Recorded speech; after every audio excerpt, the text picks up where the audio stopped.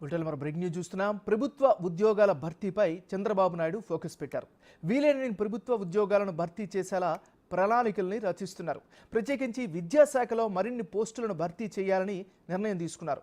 ఇప్పటికే మెగా డిఎస్సిపై చంద్రబాబు తొలి సంతకం పెట్టారు. 16,347 టీచర్ పోస్టుల భర్తీకి నిర్ణయం తీసుకున్నారు.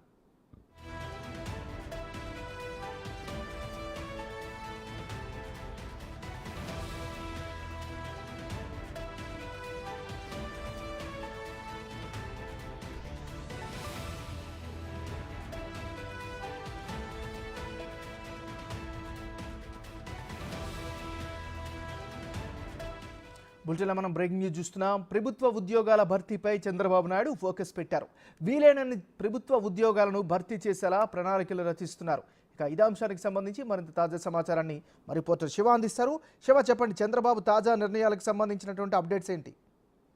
మొత్తం మీద చూసుకుంటే కనుక ఇప్పటికే డిఎస్సి మెగా డిఎస్సికి సంబంధించి దాదాపుగా 16,347 పోస్టులకు భర్తీకి మొదటి సంతకం చేసిన సీఎం చంద్రబాబు మరికొన్ని పోస్టులకు సంబంధించి కూడా కీలకమైన నిర్ణయం తీసుకునే అవకాశం కనిపిస్తోంది. ప్రధానంగా విద్య, వైద్యం ఈ రెండు చాలా కీలకమైన అంశాలుగా కూడా భావించారు. ప్రజలకు సంబంధించిన అత్యంత కీలకమైన అంశాల్లో ఈ రెండు చాలా కీలకమని చెప్పి చంద్రబాబు భావిస్తున్నారు. దీనిలో భాగంగానే విద్యాశాఖకు సంబంధించి ఎక్కడైతే ఖాళీలు ఉన్నాయో, గతంలో పార్లమెంట్కి ఇచ్చిన నివేదిక ప్రకారం దాదాపుగా 30,000 అంటే 29,000 చిల్లర పోస్టులు ఖాళీలు ఉన్నాయని చెప్పి అప్పుడు ప్రభుత్వం పార్లమెంట్ సాక్షిగా చెప్పడం జరిగింది. ఈ నేపథ్యంలోనే ఇప్పటికే 16,000 పోస్టులు భర్తీ చేస్తే మిగిలిన 13,000 పోస్టులకు సంబంధించి ఎక్కడెక్కడ తక్షణ అవసరాలు ఉన్నాయో వాటికి సంబంధించి కూడా వాటిని భర్తీ చేయాలని చెప్పి కూడా చంద్రబాబు ఆలోచన చేస్తున్నట్టు తెలుస్తోంది. దాంతో పాటుగా వైద్య శాఖలో ఉన్న చాలా ఖాళీల భర్తీలకు సంబంధించి కూడా నిర్ణయం తీసుకోవాలని చెప్పి చంద్రబాబు ఆలోచన చేస్తున్నారు. ఇప్పటికే వైద్య శాఖ అధికారులకి ఎక్కడెక్కడ ఖాళీలు ఉన్నాయో తక్షణం అవసరం వాటి వివరాలు ఇవ్వాలని చెప్పి కూడా ఆదేశాలు జారీ చేసినట్టు తెలుస్తా ఉంది. ఇవాళ రేపట్టన వాటికి సంబంధించి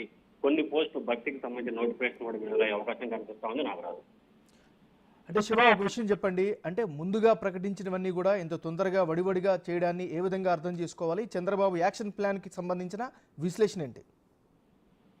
అంటే ప్రధానంగా చూస్తుంటే నాగరాజు, వాస్తవంగా ఆంధ్రప్రదేశ్ కు సంబంధించి విద్య, వైద్య ఈ రెండు చాలా కీలకంగా భావిస్తా ఉన్నారు.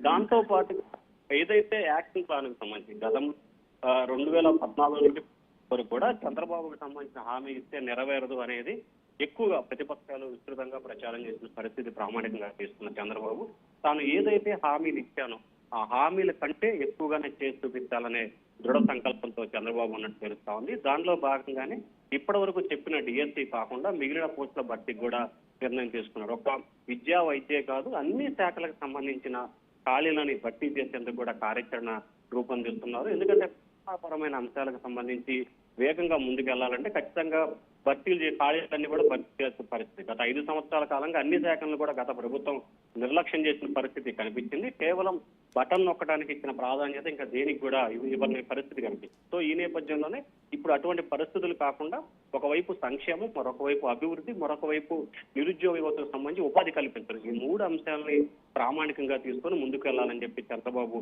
ఆలోచన చేస్తా ఉన్నారు. ఆంధ్రప్రదేశ్ సంబంధించి గతంలో 94లో చంద్రబాబు సీఎం అయిన దగ్గర నుంచి కూడా చాలా సార్లు చంద్రబాబు నేతృత్వంలోనే డిఎస్సి పోస్టులు భర్తీ జరిగిన పరిస్థితి కూడా ప్రధానంగా చెప్పుకోవచ్చు. వాటికి అనుగుణంగానే ఇంకా రానున్న రోజుల్లో చరిత్రలో నిలిచిపోయే విధంగా ఉద్యోగులకు ఉద్యోగ అవకాశాలు కల్పించాలనే చంద్రబాబు ధ్యేయంగా కనిపిస్తోంది. Nagaraju, right, thank you Shiva.